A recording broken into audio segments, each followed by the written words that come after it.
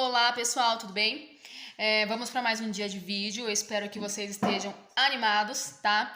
Então vamos falar um pouquinho sobre a UTI pediátrica. Bom, lembrando, UTI pediátrica então é a unidade onde presta cuidados para crianças em estado graves que precisam de uma observação mais detalhada, mas que tenham chances de vida. Não é internado uma criança na UTI pediátrica que não tenha chances de vida, tá bom? Então, guardem isso. Crianças graves com chances de vida, tá? Então, na UTI pediátrica tem que ter o quê? Tem que ter uma equipe especializada, equipamentos mais específicos para monitorar essa criança, para assim garantir o quê? Um atendimento qualificado para melhorar o estado de saúde dessa criança, tá? Vamos falar o que hoje? Vamos falar um pouco sobre a classificação da UTI pediátrica. Como é que é classificado a UTI pediátrica? Como é que é classificado as UTIs, não só a pediátrica, tá? Ela é classificada de acordo com a faixa etária, ou seja, a idade do cliente. Então, uma UTI neonatal vai atender o quê? Vai atender crianças recém-nascidos de 0 a 28 dias de vida, 28 dias de nascido, tá? Um exemplo. Nasceu uma criança, a criança nasceu com diminuição dos sinais vitais, uma criança que ela demorou para chorar, uma criança que ela nasceu mais largadinha, uma criança que ela não teve aquele tônus muscular, porque geralmente uma criança, ela nasce, ela já chora, ela já se mexe, já se, né? E não, uma criança que ela nasceu mais desanimadinha, mais quietinha, mais largadinha, sem tônus, com diminuição do tônus muscular, com uma respiração diminuída, uma frequência respiratória baixa, uma criança, muitas das vezes, com uma criança que aspirou mecônio e ela já apresentou o quê? Alterações respiratórias. Então a criança que ela precisa o quê? Ter um cuidado mais detalhado, um cuidado mais criterioso. Então a criança que ela vai ser levado para UTI neonatal, tá? UTI neonatal, criança de 0 a 28 dias de nascido. A criança tá com 28 dias, mas está internada ainda, vai ficar por uns 15 dias a mais. Completou 28 dias, já vai para pediátrica, tá? Então vamos lá. UTI pediátrica, qual que é a idade que fica na UTI pediátrica? Crianças acima de 28 dias até o quê? Até menores de 18 anos. Nossa, professora, 28... Nossa, professora, 18 anos. 18 anos. Então, na unidade pediátrica vai ficar o quê? Vai ficar crianças acima de 28 dias de vida até menores de 18 anos. Nossa, professora, 18 anos. Pessoal, isso é o quê? É o que consta no papel. É uma classificação, mas vai depender o quê? Vai depender de cada instituição. Então, geralmente até 14 anos de idade que fica, tá tudo bem? Então, na pediátrica, no papel, pela classificação de acima de 28 dias de nascido a menores de 18 anos, tá? Na adulta, então, é o quê? Crianças acima de 14 anos de idade, já pode ficar na UTI adulto. Mas o que vai especificar? Esse está com 14 anos, para onde que ele vai? Cada instituição. Então, tem instituição que com 14 anos de idade, eles aceitam na pediátrica ainda, e tem instituição que não, que já fala assim, já pode mandar para UTI adulto. Então, vai depender de cada instituição, que vai aceitar o seu paciente de acordo com o que a instituição preconiza. Tudo bem? Então, essa é a primeira classificação, de acordo com a faixa etária. Agora, tem a classificação de acordo com a especialidade. Como assim? Vai existir UTI de acordo com uma especialidade, ou de patologia, de doença, ou de especialidade médica. É uma UTI cardiológica, ou seja, vai atender pacientes graves com alterações cardíacas. É um paciente que teve um infarto agressivo, um infarto que atingiu uma área extensa do coração, vai para a UTI cardiológica. Isso, geralmente, em grandes hospitais que tem várias especialidades, tá bom? Ou então, outro exemplo é o quê? Uma UTI coronariana, ou seja, UTI que vai atender pacientes com alterações dos vasos sanguíneos, vai para a UTI coronariana.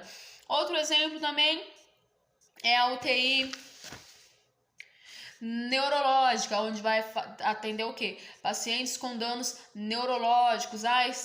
Um paciente sofreu algum traumatismo craniano, vai para UTI neurológica. Outro exemplo, uma UTI respiratória, um paciente que recebeu um trauma torácico, um paciente com uma pneumonia que avançou o quadro, atingiu os dois lados do pulmão, uma pneumonia bilateral, alguma coisa que já complicou bastante o paciente, vai para a UTI respiratória. Tem a UTI traumática, que vai receber o quê? Os traumas mais comuns, os acidentes de carro, que o paciente sofreu o quê? Um politraumatismo, então vai para UTI de trauma. Que mais? Tem a UTI de queimados, tem os hospitais que atendem apenas especificamente os queimados, então paciente com grande queimadura, que pega o quê? Toda a extensão do corpo, ainda mais vias respiratórias fáceis, aí são mais complicadas, mais graves, vão para a UTI de queimadura, de grande queimadura. Mas, pessoal, essas UTIs específicas é quando tem a específica. Se não tiver específica, vai para a UTI normal mesmo. E se lá eles verem o quê? Não, precisa ser mandado, encaminhado, transferido para uma UTI específica. Aí eles transferem o paciente.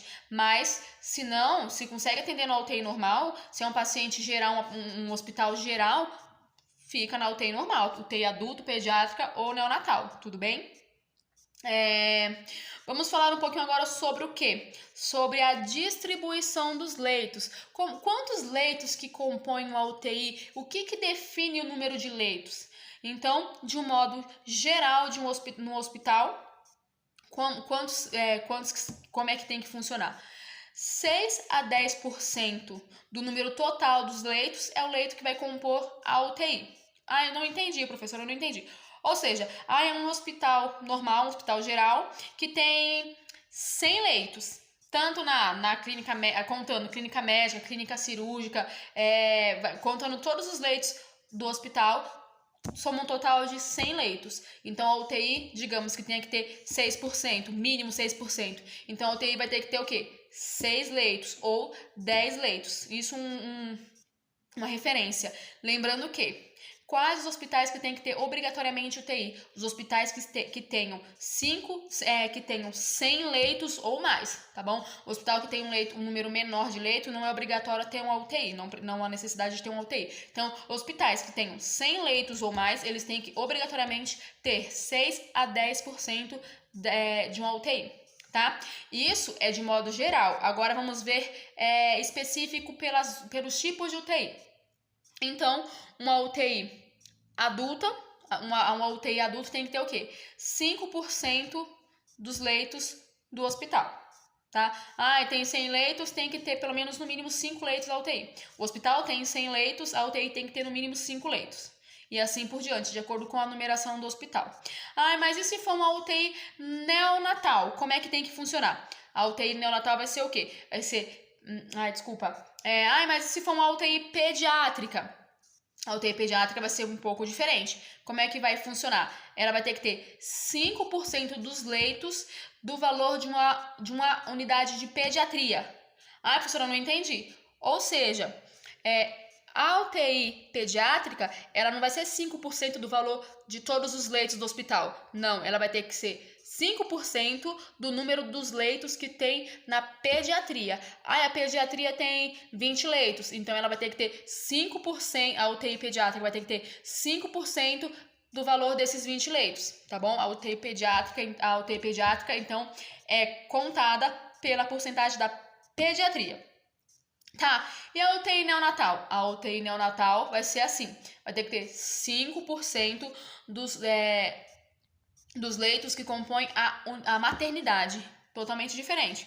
Por que a maternidade, professora? Porque não é lá na maternidade, onde na maternidade no pré-parto que nasceu a criança, então ela vai ser 5% do número de leito da maternidade, tá bom? Porque tem que ser o quê? Uma relação das crianças que nascem para que vão possivelmente ser encaminhadas para a UTI neonatal. Tudo bem? Deu para entender? Ah, tem outra UTI.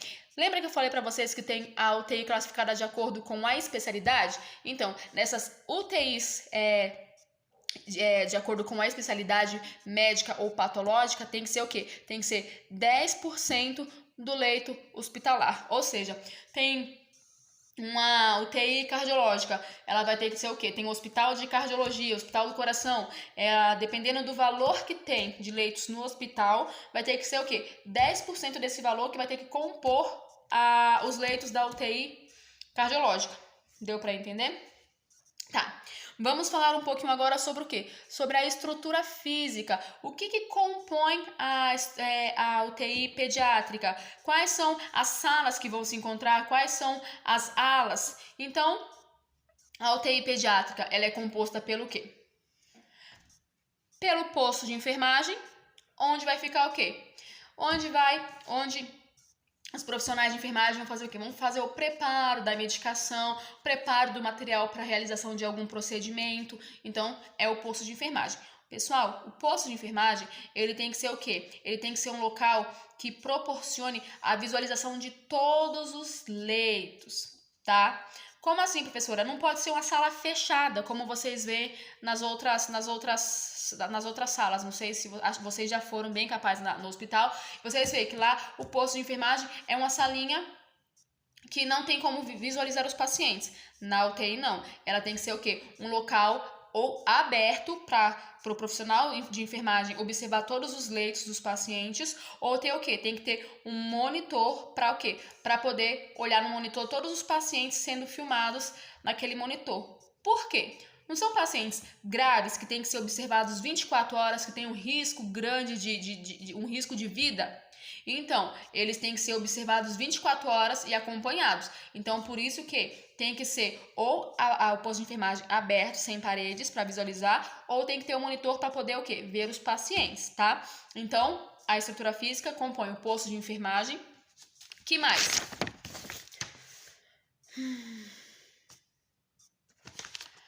A área coletiva de tratamento do paciente. Como assim? Bom, essa área coletiva é o quê? Geralmente é uma sala grande, uma área grande, onde vai ficar o quê? Os leitos dos pacientes. Geralmente, os pacientes ficam o quê? Uma quantidade em cada quarto. Na unidade de terapia intensiva, não. Tem que ser o quê? Um do lado do outro, sem parede que separe, porque eu tenho que observar aquele paciente. Então, não pode ter paredes ou portas que dificultem a minha visualização. Às vezes pode ter o quê? Pode ter cortinas nas laterais para separar um paciente do outro, porque às vezes eu vou fazer um procedimento de aspiração naquele paciente ou algum outro procedimento, e o paciente do lado, se estiver consciente, não é bom que ele veja o procedimento a ser realizado, preservação da integridade do paciente, tá? Mas o ideal é o quê? Tem que ter apenas essa cortina, não pode ter paredes que separam ou portas que dificultem a visualização desse paciente, tudo bem? Então, tem que ter essa área de tratamento do paciente. O que mais tem que ter? Tem que ter a sala de guarda de materiais. Que materiais? Materiais que não estão sendo utilizados. É um monitor cardíaco, é uma bomba de infusão, é um suporte um suporte de soro, é um aparelho de eletrocardiograma, é um aparelho de ventilação mecânica. Aparelhos, equipamentos que não estão sendo utilizados é onde vai ficar armazenado. Tem que ter também o quê? Uma sala limpa, onde vão ficar o quê? Os materiais esterilizados, as pinças estéreis, as luvas estéreis, os kits de material estéril. Às vezes precisa fazer o quê? Às vezes não, geralmente tem que colocar uma sonda vesical de demora nesse paciente, tem que ter a bandeja de cateterismo vesical e tem que ser estéril. Então, uma sala limpa, onde vai armazenar os equipamentos, os materiais estéreis, e uma sala suja, onde vai realizar o quê? Onde vai realizar o descarte desses equipamentos após o uso, às vezes a desinfecção desses equipamentos, para depois mandar para esterilização, tá? Que mais? Copa, profissional vai tomar um cafezinho, vai arejar a cabeça, beber uma água, tem que ter uma copa. Tem que ter o quê? Vestiário pro profissional às vezes trocar de roupa. Tem que ter o que mais? Uma sala de conforto pro médico, onde ele vai descansar alguns minutos. Lembrando, o paciente ele tem que ser atendido 24 horas, tanto por médico quanto pela equipe de enfermagem. Tem os plantões, 3 plantões, o diurno, o noturno e o durante o dia. Então, o profissional que ele vem, às vezes ele precisa o quê? Descansar alguns minutinhos. Então, ele vai para a sala de descanso. Tem a sala de descanso médico e a sala de descanso da enfermagem, tá? O que mais? A secretaria, onde vai ficar os prontuários do paciente, onde o médico vai anotar fazer a prescrição de receitas, vai ver os resultados de exames. Tem que ter então a secretaria. E tem que ter também uma sala de espera para os visitantes. Às vezes é um paciente que ele já está estabilizado, já voltou a ficar consciente, vai receber alguma visita de um familiar. Então tem a sala de espera para os familiares até eles serem chamados, tudo bem? E também tem que ter uma sala de reuniões. Nem todas as UTIs têm, mas geralmente as mais grandes, as UTIs mais grandes, aquelas de especialidades, uma sala de reunião para quê? Para os profissionais debaterem como é que está o quadro do paciente, como é que está a resposta dele ao tratamento, se às vezes precisa fazer alguma transferência dele para um outro local especializado, se precisa alterar o tratamento. Então, uma sala de reunião para os profissionais conversarem sobre o quadro clínico do paciente, tudo bem? Então, essas são o quê? As áreas que compõem a UTI neonatal, pediátrica, adulto. Tem uma outra área que é bem importante e esquecemos de falar para vocês. O isolamento. A UTI tem que ter uma sala de isolamento. Por quê? Às vezes é uma criança que está com alguma patologia infecto-contagiosa, uma patologia, uma doença transmissível pelas vias aéreas, que fica aerosóis, gotículas paradas no ambiente. Então tem que ficar em isolamento para o quê? Para não propagar essa doença para os demais pacientes, tá? Quais patologias? Pode ser uma meningite, que tem que ficar em isolamento, uma varicela, que é a catapora, precisa ficar em isolamento. Tem várias patologias que tem que ter o quê? Um cuidado minucioso. E no isolamento, o que tem que ter? No isolamento tem que ter uma antessala. Como assim antessala? É uma sala que o profissional vai entrar antes de chegar no isolamento. Lembrando, essa antessala e o isolamento vai ter o quê? Vai ter a filtragem daquele ar constantemente para quê? Para remover todos os micro-organismos que são expelidos pelo paciente que ficam no ambiente. Então, o ar que tá na UTI não se mistura com o ar que está no isolamento. Por isso que precisa o quê? Essa antessala, para não deixar o quê? O ar da UTI, dos demais locais da UTI, entrar em contato com o ar do paciente que está no isolamento, tá bom? Tem que ter o quê? Pia, tem que ter lavatório no isolamento, tem que ter um lavatório para o paciente fazer a higienização das mãos, um local para o quê? Desprezar os materiais que foram utilizados daquele paciente. Então tem que ter um cuidado minucioso, tá bom? Vamos falar um pouquinho agora sobre o quê? Sobre os recursos humanos. Quais são os profissionais que compõem a UTI pediátrica? Quem é que tem que ter? Um médico especialista, um médico intensivista, especialista em UTI. Se for UTI neonatal, tem que ser especialista em UTI neonatal. Se for adulto, especialista em adulto e pediátrico e especialista em pediátrico, tá bom? Tem que ter a enfermeira assistencialista, que vai avaliar aquele paciente, realizar o exame físico, né? Lembrando, tanto o médico quanto o enfermeiro tem que ter um para cada 10 leitos. Por quê? Porque tem que se preocupar, ter muita atenção com esse paciente. Então tem que ser um para cada 10 leitos para poder conseguir avaliar e prestar os cuidados adequados, tá bom? Quem mais?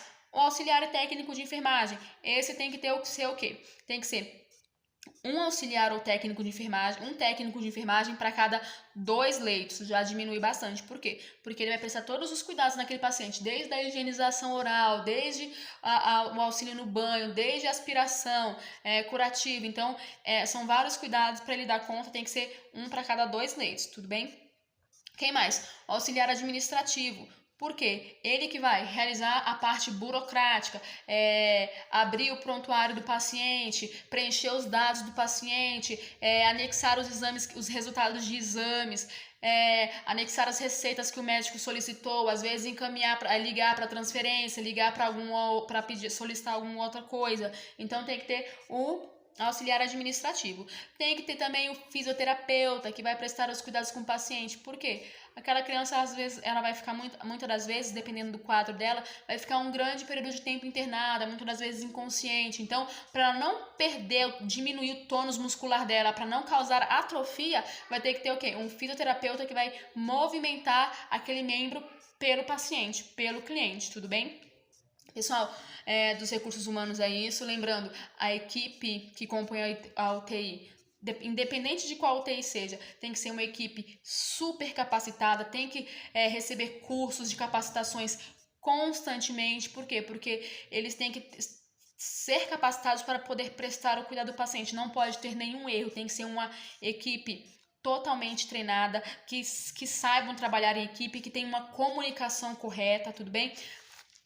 Tem que ter uma personalidade ideal, porque tem que ser um paciente que ele tem que ter seriedade, tem que saber trabalhar em equipe, tem que ser responsável, ele tem que estar preparado para aparecer alguma urgência, o paciente entrou em parada, tem que administrar alguma medicação, tem que fazer a massagem cardíaca, ele tem que estar treinado e preparado emocionalmente, psicologicamente, e na prática, na teoria, também tem que ter um conhecimento adequado sobre UTI, para poder o quê? Para não pôr em risco o paciente, tá bom? Pessoal, a aula de hoje é mais sobre isso, sobre os recursos humanos e a estrutura física. Na próxima aula já vamos entrar o quê? Nas emergências, nas patologias mais comuns, já vamos se aprofundar um pouquinho mais na UTI pediátrica. Eu espero que até aqui foi a introdução, espero que vocês tenham conseguido entender, tenham conseguido aprender alguma coisa da estrutura física, tá bom? Porque daqui pra frente nós vamos se aprofundar mais ainda. Então, espero que vocês tenham gostado. É isso aí, tudo de bom, até a próxima. Tchau!